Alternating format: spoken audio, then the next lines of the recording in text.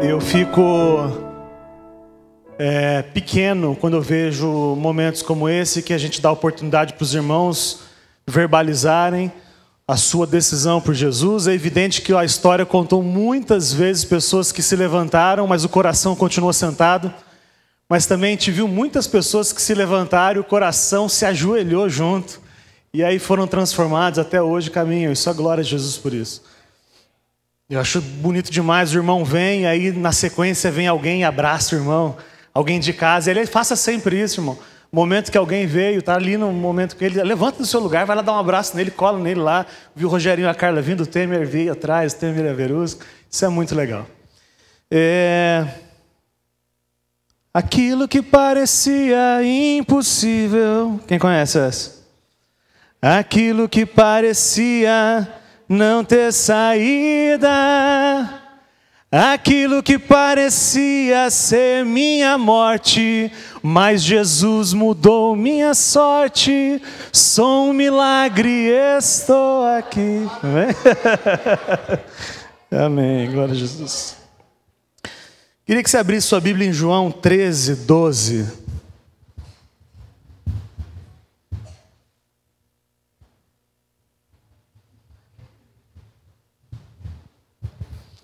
João capítulo 13, versículo 12. Vou ler na minha versão NVT, mas você pode acompanhar pelo telão. Diz assim: depois de lavar os pés dos discípulos, Jesus vestiu a capa novamente, retornou ao seu lugar e perguntou: vocês entenderam o que eu fiz? Dá um pause aí. Próximo da sua crucificação, geralmente, o Daniel, meu irmão, fala isso, geralmente você deixa o melhor para o final. Você deixa a última lição. Porque, irmão, se eu morrer amanhã, essa pregação de hoje vai estourar de visualização. Porque é como se, assim, será que ele disse alguma coisa sem saber que ele ia morrer e ele ia, sabe? Aquele sentimento de, a gente fica procurando uma mensagem subliminar do que eu teria dito e que eu morreria, etc. Jesus, um pouco antes da crucificação, Jesus deixa a história, o ensinamento para contar, e chega na hora do jantar, amarra o casaco na cintura e vai lavar os pés dos discípulos.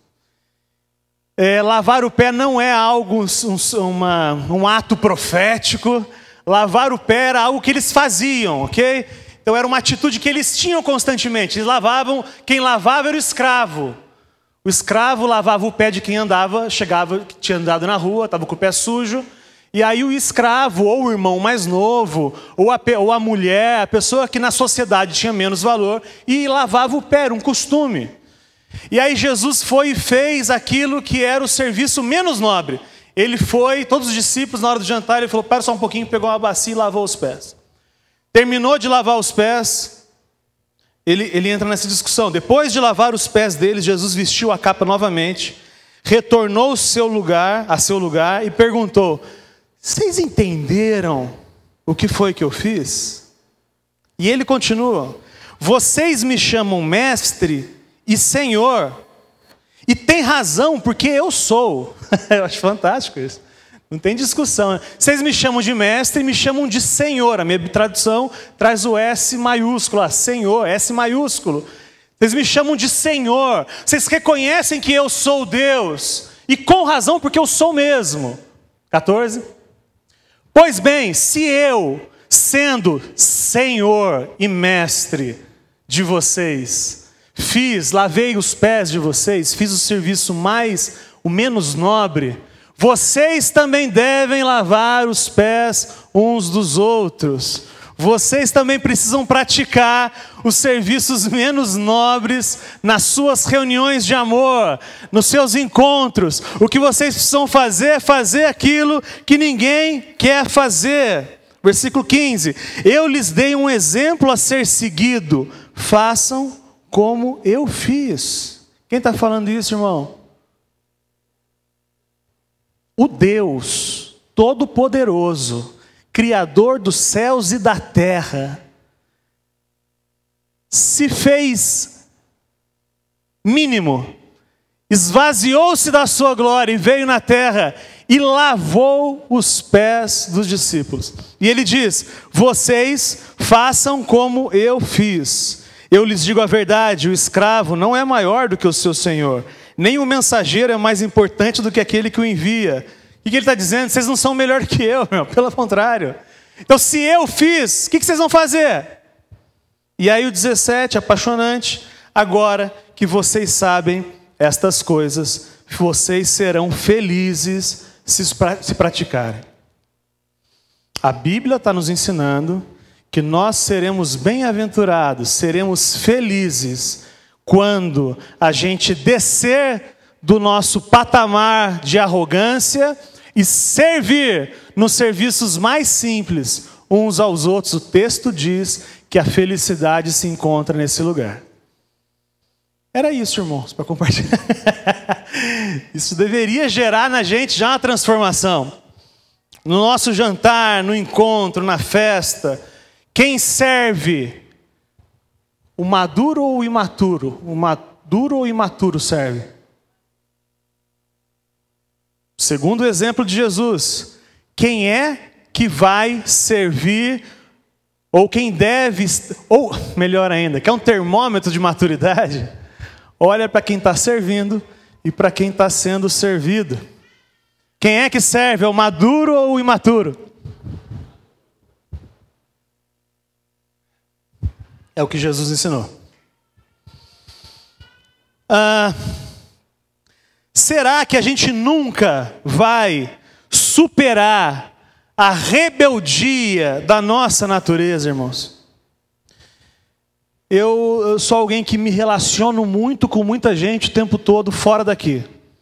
O tempo todo eu busco de forma intencional relacionamentos para eu aprender e para eu ensinar, para eu exortar e para eu ser exortado, para eu consolar e para eu ser consolado. Então, quando eu procuro momentos de forma intencional para estar com alguns dos irmãos que estão aqui, porque é muita gente, eu não vou conseguir ainda todo mundo, mas aqueles que eu consigo, é porque eu sou esperto.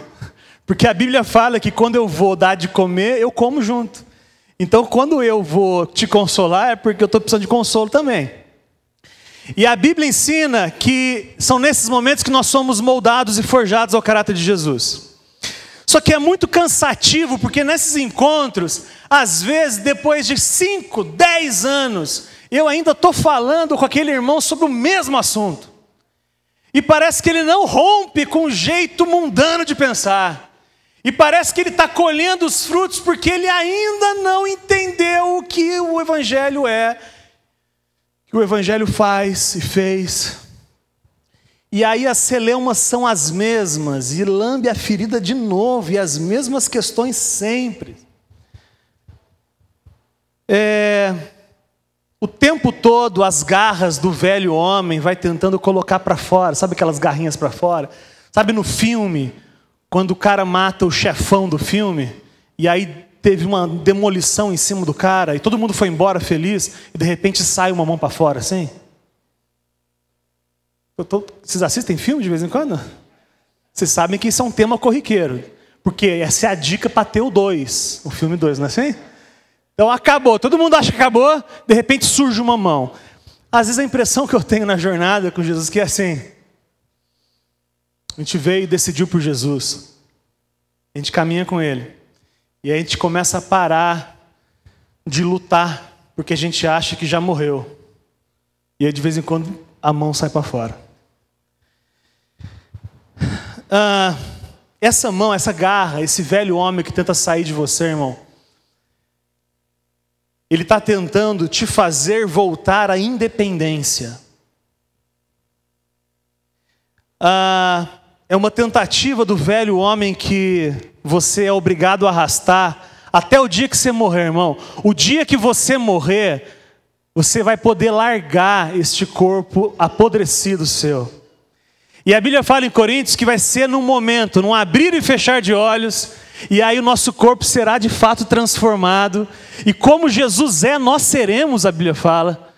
e que nós viveremos eternamente, mas com o nosso corpo glorificado agora, corpo, alma e espírito, nunca mais pecado, nunca mais tendência pecaminosa, amém, irmãos? Você pensou que delícia isso, irmãos? Uma reunião como essa, sem pecado. Já pensou que delícia que vai ser? Nunca, nem imaginar o mal um do outro, sem nenhuma pontinha de inveja um do outro, de crítica um ao outro, absolutamente perfeitos como Jesus é. Mas a energia do velho homem caído, ele quer a independência. É a independência de Deus e é a independência uns dos outros também. Porque a gente já aprendeu aqui, irmãos, que é uma balela. É um absurdo, é infantil você dizer que você ama a Deus, que você não vê, mas se você não ama o seu irmão que você vê. Porque Deus resolveu ser amado por você no irmão. Deus resolveu que você não vai demonstrar amor para Ele direto. Deus estabeleceu que você só vai conseguir dizer para Deus que você ama Ele. Só vai conseguir fazer um carinho para Deus que você ama, fazendo isso para o seu irmão. Então a experiência de rompimento comigo e com você não é a experiência do Evangelho. A experiência do Evangelho é codependência. Nós somos um. E quando chega mais gente de fora, agora a gente é mais um. Amém, irmãos? É assim? Não é? Quanto mais gente, mais um a gente fica. Porque está faltando, irmãos, tem gente por aí, que está andando por aí, que deveria estar com a gente aqui, porque ele faz parte da gente, só que está longe, não é assim, irmãos? E não é assim que a gente aprendeu, está aprendendo a evangelizar, em vez de dizer, cara, você está perdido, o melhor jeito, mais coerente com a palavra de dizer é, cara, está chato ser igreja sem você, vem para cá, estamos com saudade de você aqui, vem embora, vem ser um com a gente, amém, irmãos, não é assim? Amém. Então, se quanto mais maduro, ou melhor, se o mais maduro de todos, que é Jesus, se entregou por todos nós, significa que quanto mais imaturo eu sou, mais individualista eu sou. Quanto mais você vive centrado em você, mais imaturo na fé você é. Quanto mais a sua vida, a sua energia, os seus bens, o seu prazer, o seu tempo, quanto mais ele gira em torno de você, mais individualista e imaturo você é. Mas quanto mais maduro na fé você for, mais essas coisas vão sendo ampliadas aos outros. Desafiadora essa palavra, irmãos? Todo filho de Deus é um servo do Senhor Jesus Cristo. Há uma verdade relevante, de notável distinção nas páginas do Novo Testamento, é que Deus não tem filhos que não sejam servos. Se você é um filho de Deus, necessariamente você é um servo. Não tem essa dicotomia. Filhos não servos. Filho, servo. Se você quiser deixar pior e mais claro, filho, escravo. A Bíblia às vezes traduz como servo, mas o original é escravo.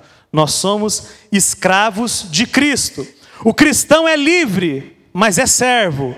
É livre da condenação do pecado, da culpa do pecado, mas é escravo, é servo do Senhor para fazer o que for ordenado por Ele, irmãos.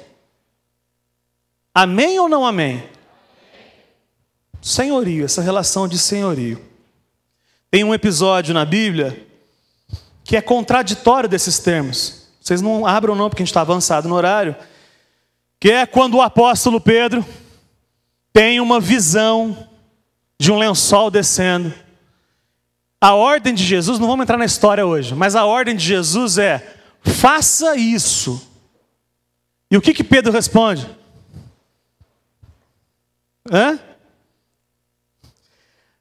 texto diz assim, levanta-te Pedro, mata e come. Mas Pedro replicou, Senhor, não.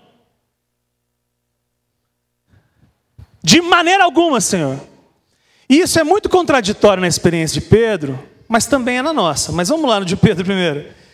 Porque assim, se for Senhor, terá que ser sim.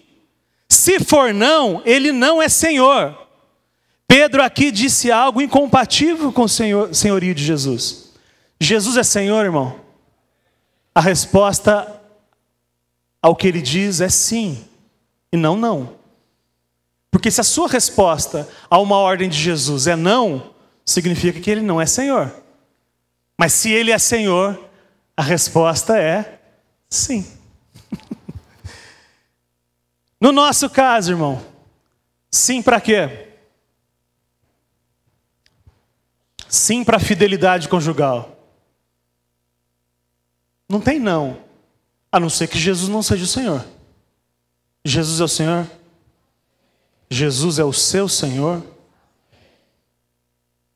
Fidelidade conjugal, sim, sim. Sim para a santidade, sim para o ministério. Eu conheço um monte de gente chamado para o ministério que a resposta é não.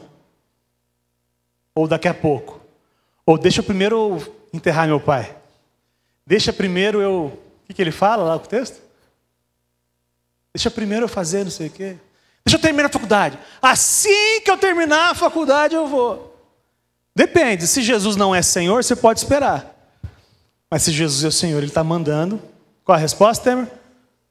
Isso não é profético não, tá, irmão? Fica tranquilo. Sim para a morte, se Jesus manda morrer. Qual é a sua resposta, João? Diga alto. Se Jesus manda morrer. Mário, qual é a resposta? Sim.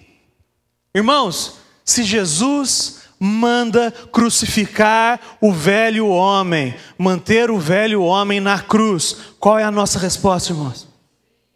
É sim.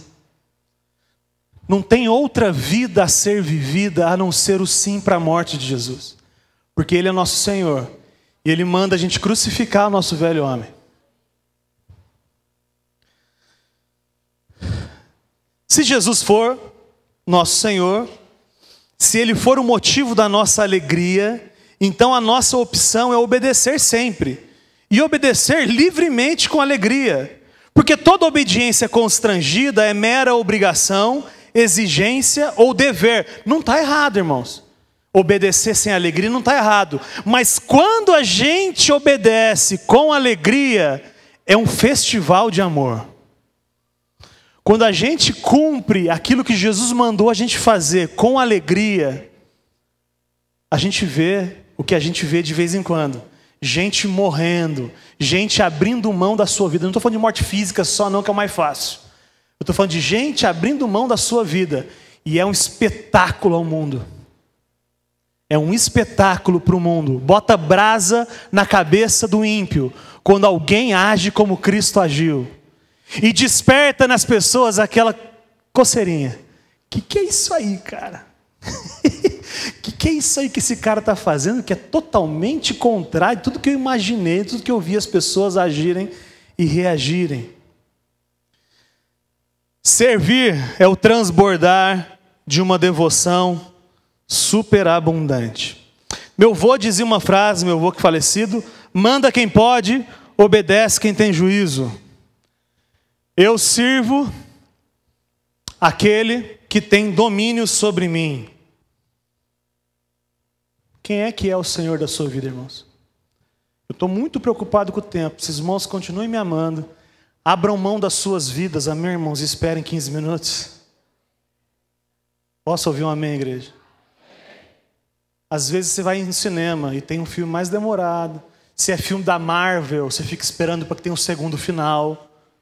Não é assim que tem uma dica para outro filme. Então eu peço que... Amém? Tá? Amém? Amém. Mas eu vou força. Essa semana eu estava conversando com o Ricardo e com o João. E foi o Ricardo que trouxe esse texto para mim. Foi o Ricardo que me ensinou esse texto essa semana. Ele estava lembrando o momento que os discípulos começaram a abandonar Jesus. E Jesus no final, ele fica só os 12. Toda a multidão está rodeando Jesus. E Jesus faz um discurso, eles começam a ir embora, e fica só os 12. E Jesus fala o que para eles? 12 discípulos, vocês não querem ir embora também não? Não tem flexibilização no que eu falei. Se vocês querem ficar, é do meu jeito, porque eu sou o Senhor. Mas se vocês não quiserem, como diz pastor Eros, porta da rua, serventia da casa. Pode ir embora. E aí eu comecei, junto com o João e com o Ricardo, a lembrar os motivos pelos quais levaram os discípulos a ir embora. E o que a Bíblia ensina, João 6, é que Jesus faz um discurso duríssimo. Jesus diz assim, cara, eu sou... Jesus, quem não conhece a história, depois pergunta no RIP. Jesus fala assim, lembra aquele maná que caía lá no céu, no deserto? Quando o povo estava escravo no deserto, tinha sido liberto, né? Quando o povo foi liberto do Egito, ficou no deserto, Deus mandava pão, caía do céu e eles se alimentavam. E Jesus diz assim, sabe aquele pão? Não foi Moisés que deu para vocês. Quem deu aquele pão foi meu pai. E aquele pão apontava para mim. E eu sou o pão vivo que desceu do céu. Se você não comer de mim, não comer da minha carne e beber do meu sangue, você não vai ter a vida eterna. E aí, a multidão que cercava Jesus, que estava cercando a Jesus, porque Jesus tinha acabado de multiplicar pão e vinho. Mentira, pão e peixe. Jesus tinha acabado de multiplicar pão e peixe. A multidão continuou procurando Jesus para quê? Por abraçar Jesus? Porque era apaixonado pelo ensino de Jesus? Por que o povo estava procurando Jesus? Pelo pão, pela comida. E Jesus fala assim para eles, vocês estão me procurando porque vocês acham que eu posso oferecer pão para vocês. Eu acabei de oferecer, vocês comeram abundante. Mas se vocês não comerem do pão vivo que desceu do céu, vocês não têm parte comigo, não têm parte com o Pai. As pessoas procuravam Jesus pelos relacionamentos, pelos benefícios, e Jesus estava dizendo que sem relacionamento não tem parte com Deus. Sem relacionamento com Ele, não tem relacionamento com Deus Pai. Pergunto, o que é se alimentar de Jesus? Entenda, irmãos, eu estou dizendo, na nossa conversa, Ricardo e João, que a conclusão que a gente chegou foi que Jesus não flexibiliza o discipulado com você. E que o que Jesus está dizendo para a gente é que ou você vai buscar se saciar em Jesus, ou você pode ir embora se você quiser.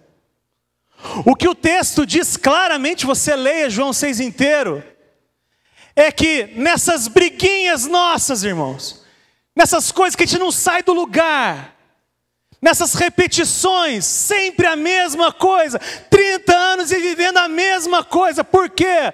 Porque insiste em comer o pão que Moisés dá, ao invés de comer o pão vivo que Deus dá.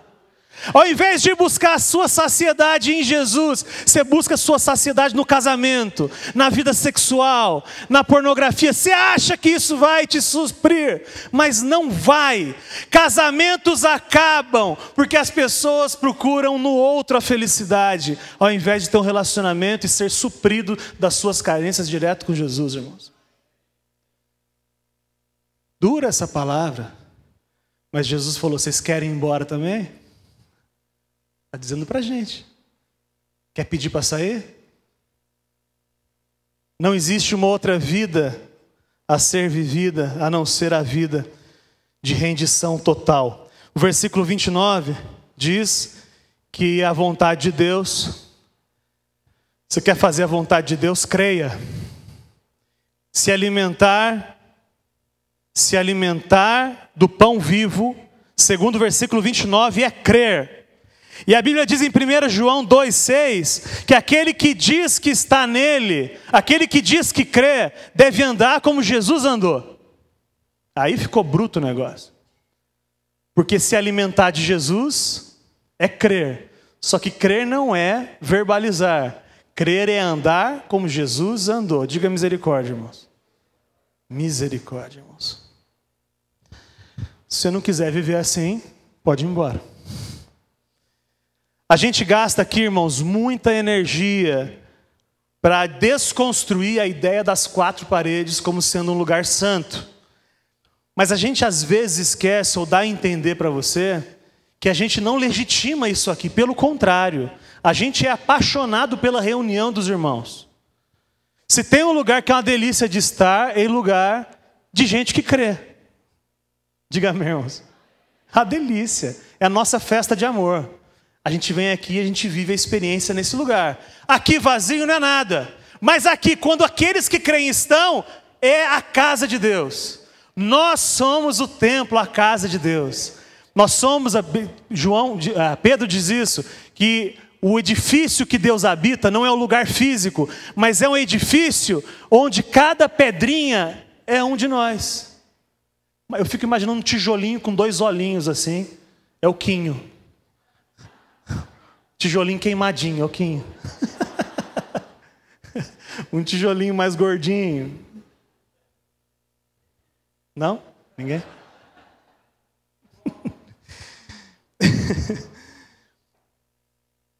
Essa experiência é uma experiência legítima. E existe uma falácia, né, uma bobagem que os desigrejados sempre falam. De que eu posso viver meu cristianismo em casa. E de forma exagerada, eu concordo com ele. Mas a minha pergunta para aquele que diz que não precisa de ambientes como esse, a minha pergunta é: qual foi a última vez que você sentou com o irmão e ouviu um problema dele? Qual foi a última vez que você se engajou no problema de um irmão? Qual foi a última vez que você ensinou a Bíblia para o irmão? Aí o cara fica olhando e fala assim: faz tempo. Então não me venha com churumelas. Quem lembra disso? Quem lembra de Escolinha do Sr. Raimundo? Não me venha com churumelas. 99% das pessoas que dizem que não precisam da igreja para servir a Jesus, simplesmente vivem para si o tempo todo. Essa é a verdade. Tive uma discussão nos últimos dias com outro irmão amado, mas que ele insiste na experiência de vir como um show, sentar e ir embora, com as frases repetidas de sempre: não quero me envolver, eu já fiz muito isso no passado. E se eu for analisar o tempo que ele gasta com ele mesmo, é 99% do tempo, para não dizer 100% do tempo. Porque ele diz: eu já aprendi, ele disse isso, eu já aprendi que eu não preciso dessas 4 paredes. Ok, então me diga o que você faz os outros 7 dias da semana.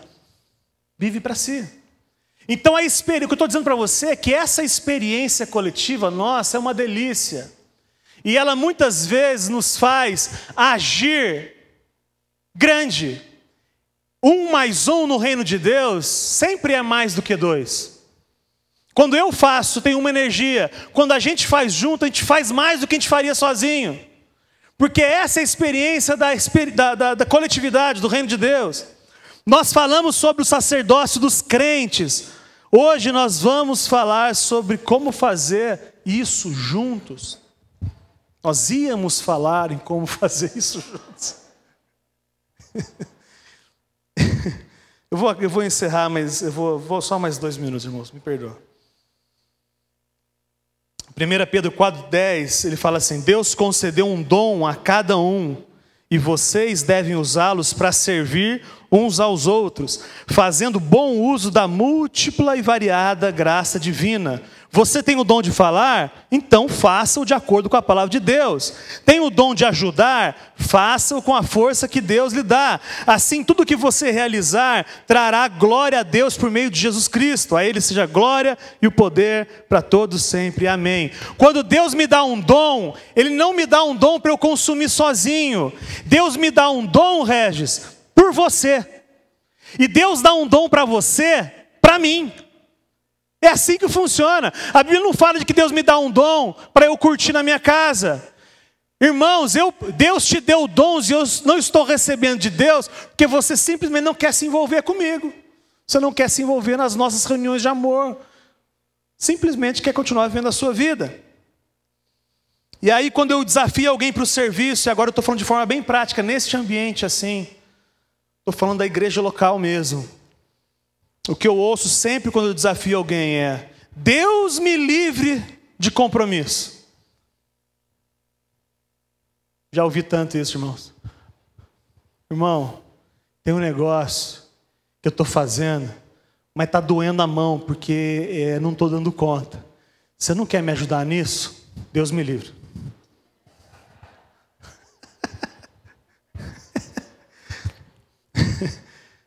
Isso não. Outra frase. Eu já me envolvi demais no passado. Não tenho culpa. Se as suas experiências com igrejas foram ruins, eu não tenho culpa disso. Pastor Era, você não tem culpa disso. Outra frase. Não, Lucas, me deixa quietinho aqui, tá? Eu fico imaginando o seguinte. Na sua casa, que a gente fala que igreja é uma família. Amém, irmãos? Igreja é uma família. Aí na sua casa, caiu um prato no chão, quebrou o prato no chão. Aí você fala para o seu filho: filho, varre por favor. Ele fala: pai, me deixa quietinho aqui. Faz sentido isso, irmãos? Pode isso? Não tem nenhum cabimento isso. Porque o serviço é de todos. O irmão veio me falar, umas 2 semanas atrás, que ele foi no banheiro e não conseguiu usar. O banheiro aqui nosso aqui. Diga misericórdia para o nosso banheiro. Ele falou que ele entrou no banheiro e a gente colocou um plástico no vidro. E aí o desespero dele, que ele estava usando o banheiro e a pessoa estava tentando abrir o plástico para ver se tinha gente dentro.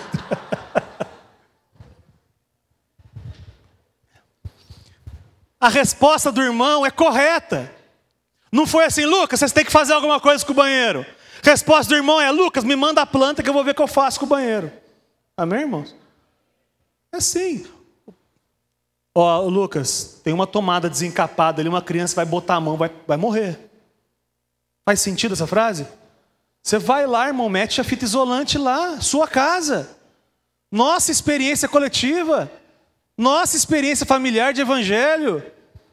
Nós temos compromisso. Em toda família tem as crianças, e são as crianças que ou não podem servir, ou não querem servir, mas os maduros estão servindo. Então eu não vou me adiantar mais, tinha mais para falar, mas eu queria terminar com um texto, 2 textos, não precisa abrir não. Primeiro de Tiago, fala assim: sejam praticantes da palavra e não simplesmente ouvintes, iludindo a vocês mesmos. Não existe experiência de só receber no reino de Deus. O nosso sonho é que isso aqui seja de fato um reino de sacerdotes, como a Bíblia fala, para a gente abraçar qualquer pessoa que chegar aqui, para que essa pessoa, até que ela abandone as suas meninices e comece a entender o Evangelho, comece a viver pelo Evangelho e comece a manifestar Jesus por onde ela for. E aí ela vai ser mais um de nós, e ela vai estar disposta a engrossar a nossa fileira, para que o reino de Deus continue avançando. Amém, irmãos? Tessalonicenses 1:7 fala assim: Deus concederá descanso a vocês que são afligidos, e também a nós na revelação de Jesus, quando Ele vier do céu. Virá com seus anjos poderosos, em chamas de fogo, trazendo juízo sobre os que não conhecem a Deus e sobre os que se recusam a obedecer às palavras de Deus, o Evangelho do nosso Senhor Jesus. O que eu estou dizendo para você nessa noite é que tem muito serviço, mas eu não quero que isso seja um peso para você. Eu quero que você faça isso com alegria.